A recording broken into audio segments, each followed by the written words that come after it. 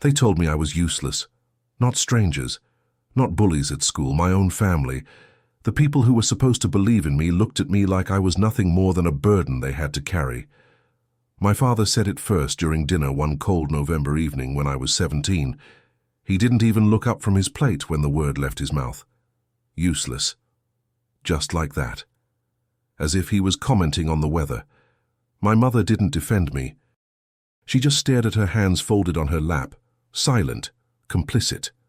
My older brother laughed, actually laughed. And in that moment, something inside me shattered into 1,000 pieces I didn't know how to put back together. I'm Daniel. I grew up in a small town in Ohio where everyone knew everyone, and reputations were built on success, money, and status. My family wasn't rich, but they were respected. My father owned a construction business. My brother was the golden child, a college football star with a full scholarship and a future everyone could see. And then there was me, the quiet one, the one who liked to draw instead of play sports, the one who spent hours in his room sketching buildings and bridges instead of going to parties or chasing girls. The disappointment. They didn't just call me useless once. It became a label, a definition. Every time I failed a test, every time I didn't make the team, every time I chose to stay home instead of being social, it was confirmation to them that I wasn't worth much. My father would shake his head and say things like, "What are we going to do with you, Daniel?" My mother would sigh heavily, like my existence was exhausting. My brother would mock me in front of his friends, calling me the artist, saying it like it was an insult, like creating something with your hands was weakness. But the worst part wasn't the words. It was the look in their eyes. Disappointment so deep it felt like disgust, like they had given up on me before I even had a chance to figure out who I was. I started believing them. I started thinking, maybe they were right. Maybe I was useless. Maybe I didn't have what it took to make something of myself. I stopped drawing for a while. I stopped dreaming. So I just existed, moving through days like a ghost in my own life, waiting for something I couldn't even name. High school ended, and I didn't go to college. I couldn't afford it, and my grades weren't good enough for scholarships. My father refused to help. He said he wasn't going to waste money on someone who didn't have ambition. So I got a job at a warehouse, lifting boxes, packing orders, doing work that made my body ache and my mind numb. My brother was finishing his degree. My parents were proud. I was just the son they didn't talk about at family gatherings. But something strange started happening during those long, exhausting shifts at the warehouse. I started thinking again, not about how worthless I was, but about what I actually wanted. I remembered the sketches I used to make, the buildings I used to imagine. I remembered the feeling of creating something from nothing, of seeing an idea become real on paper. And I realized something that terrified and excited me at the same time. I didn't want to spend the rest of my life being defined by their words. I didn't want to be useless. I wanted to prove them wrong, not for them, for me. I started drawing again in secret. Late at night after my shifts, I would sit at my tiny desk in my cramped apartment and sketch. Buildings, bridges, spaces that felt alive. I didn't tell anyone, not my family, not my co-workers. It was mine, my quiet rebellion. My silent promise to myself that I was more than what they said I was. I didn't know where it would lead, I didn't have a plan, but I had something I hadn't felt in years, hope and anger. The kind of anger that doesn't destroy you, the kind that fuels you, that makes you want to rise just to show the world they were wrong about you. That was the beginning, the moment I stopped accepting their version of who I was and started creating my own. The humiliation didn't stop when I moved out. If anything, it got worse because now I had given them proof that I was exactly what they always said I was. A failure living in a rundown apartment, working a dead-end job, going nowhere. My brother got married that spring. Big wedding. Everyone was there. Relatives I hadn't seen in years, family, friends, people from the community. I almost didn't go. I knew what it would be like. But my mother called and guilt-tripped me into showing up. She said it would look bad if I wasn't there. Not that she wanted me there, just that my absence would reflect poorly on them. I wore the only suit I owned, a cheap one I bought at a thrift store for a job interview I never got. It didn't fit right. The sleeves were too long and the shoulders too tight. I felt like an imposter the moment I walked into that venue. Everyone looked polished, successful, put together, and then there was me. I tried to stay invisible, lurking near the back, avoiding conversations. But my uncle found me. Uncle Richard. He was drunk, loud, the kind of man who thought his opinions were facts and his jokes were funny, even when they cut deep. He looked me up and down with this smirk on his face and said loud enough for people around us to hear, "So Daniel, still stacking boxes for a living?" I forced a smile, tried to laugh it off, said something about it being temporary. He laughed harder. "Temporary?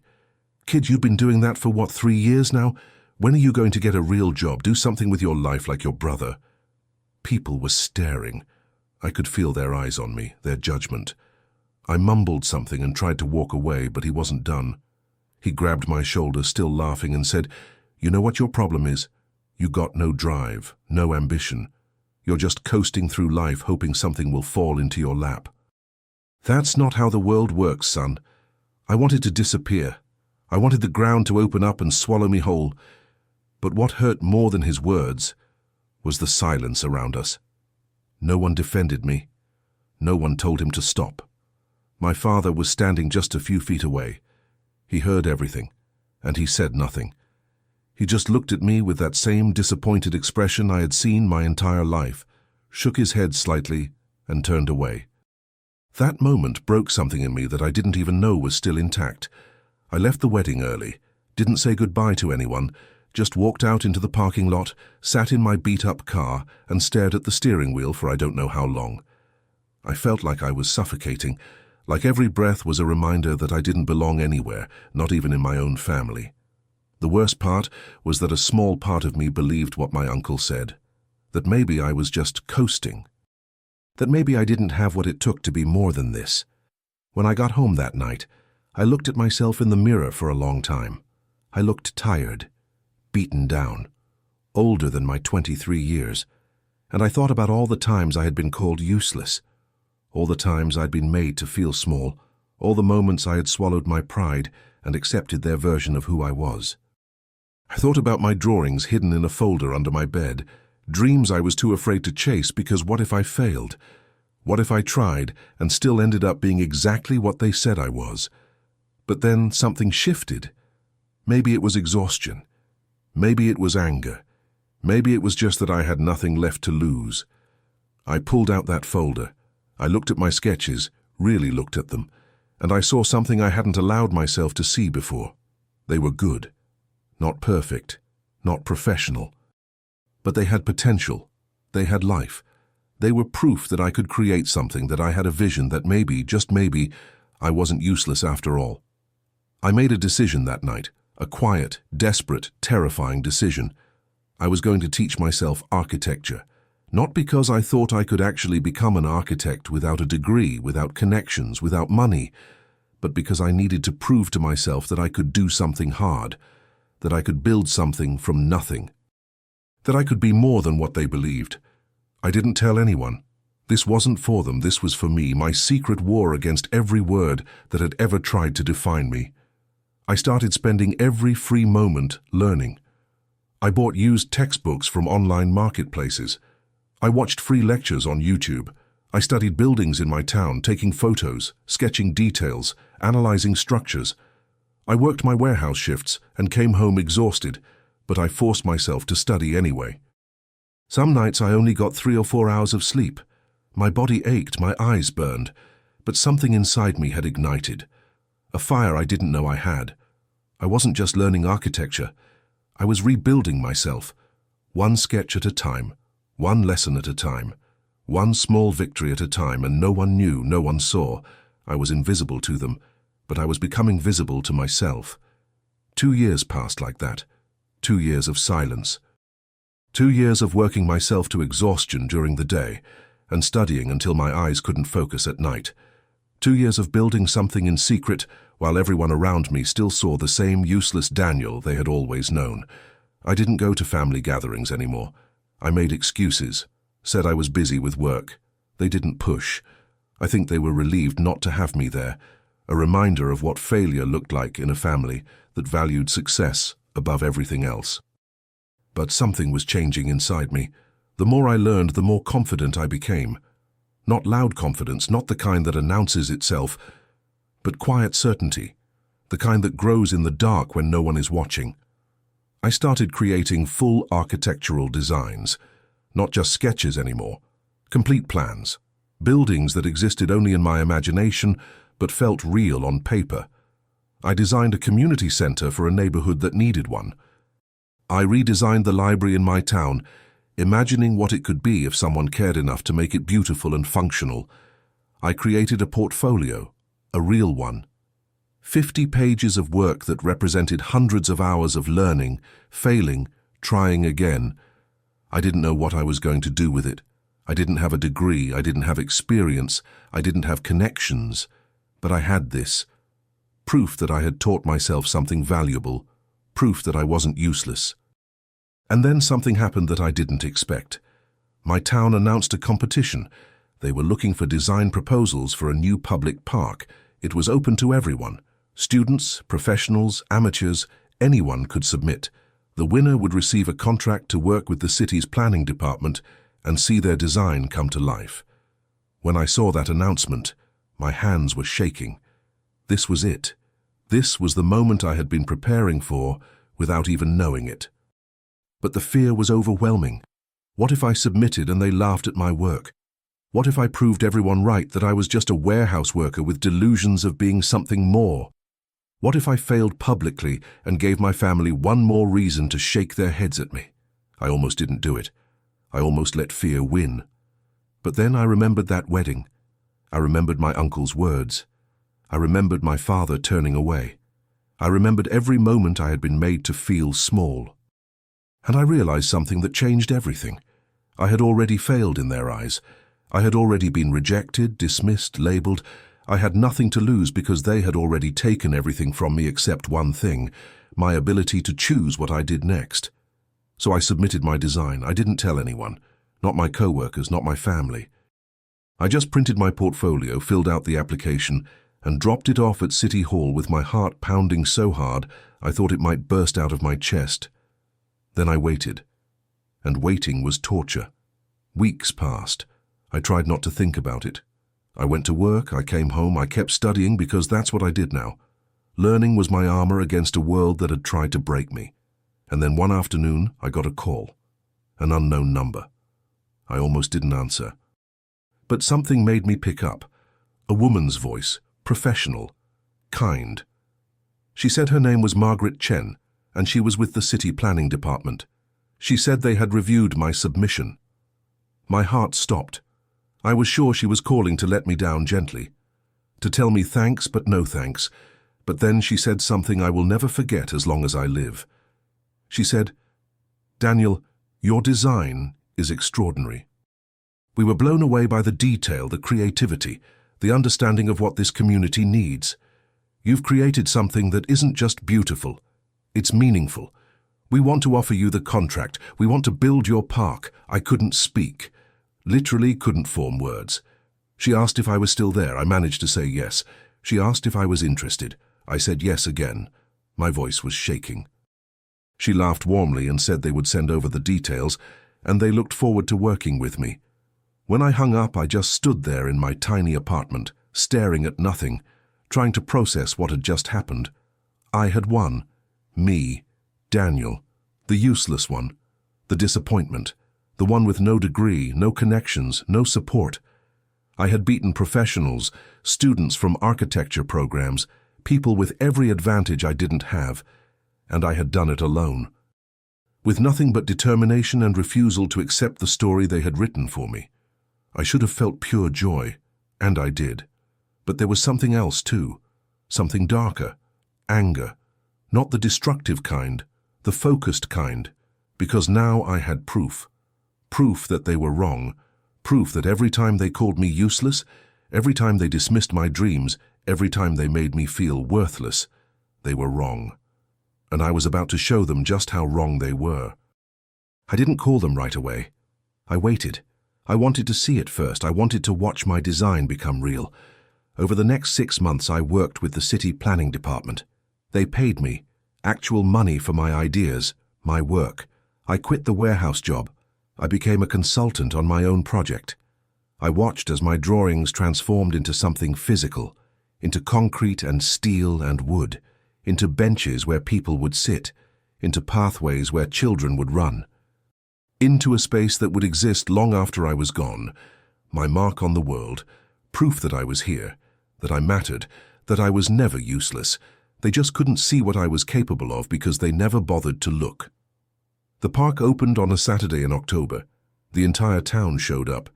There were news crews, photographers, local politicians giving speeches about community and progress. The mayor stood at a podium in front of a crowd of hundreds and talked about the vision behind the project, about how important public spaces are, about bringing people together. And then she said something that made time stop. She said the park was designed by a local resident, someone who had never studied architecture formally, but had the talent and dedication to create something truly special. She said my name, Daniel Morrison. She asked me to come up to the podium. I walked through that crowd in a daze. People were clapping. Strangers were smiling at me. The mayor shook my hand and gave me a plaque with my name engraved on it. She asked if I wanted to say a few words. I hadn't prepared anything. I didn't think I would need to. I looked out at all those faces and my throat tightened, and then I saw them. My family, standing near the back, my father, my mother, my brother. They had come. I don't know how they found out. Maybe someone told them. Maybe they saw it in the local paper. But they were there, and the looks on their faces were something I had never seen before. Shock, confusion, and something else I couldn't quite identify. I spoke into the microphone. My voice was shaking at first, but it grew stronger with each word. I said that this park meant more to me than anyone could understand. I said that for a long time I believed I wasn't capable of much, that I had been told I didn't have what it took to succeed. That I almost believed those voices, but I learned something important, that the only voice that really matters is the one inside you, the one that tells you to keep going, even when everything else says to quit. I said that this park was proof that where you come from doesn't determine where you end up. That degrees and connections and advantages help, but they aren't everything. That determination and belief in yourself can take you places you never imagined. When I finished, the applause was thunderous. People came up to me afterward, shook my hand, asked questions about the design, asked if I was taking on other projects. Business owners wanted to hire me. The local newspaper wanted to do a feature story. A regional architecture firm said they wanted to talk to me about opportunities. In one moment, everything changed. I went from invisible to seen, from useless to valuable, from nobody to somebody. And through it all, my family stood at a distance watching, not approaching, just watching. Finally, after most of the crowd had dispersed, my father walked up to me. My mother and brother stayed back. He looked older than I remembered, tired. He stood there for a long moment, not saying anything. Then he extended his hand. I looked at it. This man who had called me useless, who had refused to help me, who had turned away when others humiliated me. He wanted to shake my hand now. Now that I had proven myself, now that I had value in the eyes of others. I didn't take it right away. I let him stand there with his hand out, waiting. Let him feel just a fraction of what I had felt all those years. Then I took it, not because I forgave him, but because I had already won. His approval didn't matter anymore. He said, "You did good, Daniel, real good. I didn't know you had this in you." I looked him in the eyes and said something I had been wanting to say for years. I said, "I always had this in me. You just never looked." He didn't have a response to that. He nodded slowly, dropped my hand, and walked away. My mother came up next. She hugged me, said she was proud, but her eyes were wet and I could see guilt there, regret maybe. She asked why I never told them what I was working on. I said, "Would you have believed me if I did?" She didn't answer. She just hugged me again and whispered that she was sorry. My brother shook my hand, didn't say much, just congratulated me and left quickly. I could see it in his face. He didn't know how to process this. His entire life he had been the successful one, the golden child, and now his useless little brother had done something he never could.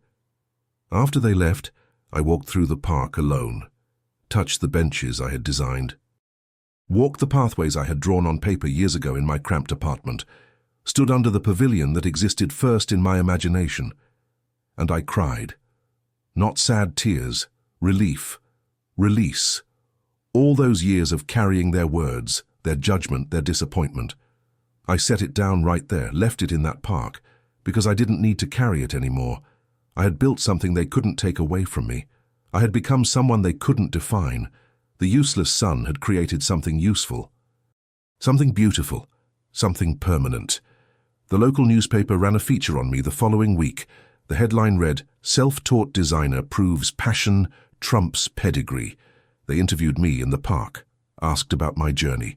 I told them everything, about working at the warehouse, about teaching myself architecture, about the years of studying alone while everyone doubted me. The story went viral locally, then regional news picked it up, then a national design blog. Suddenly I had opportunities I never dreamed possible. Architecture firms reaching out, invitations to speak at community colleges, requests to design other public spaces. My phone wouldn't stop ringing. My email was flooded. The nobody who stacked boxes had become the self-taught architect everyone wanted to talk to. But the sweetest moment came a month later. I was featured in a design magazine, a real one. Glossy pages, professional photography, a 3-page spread about my work and my story.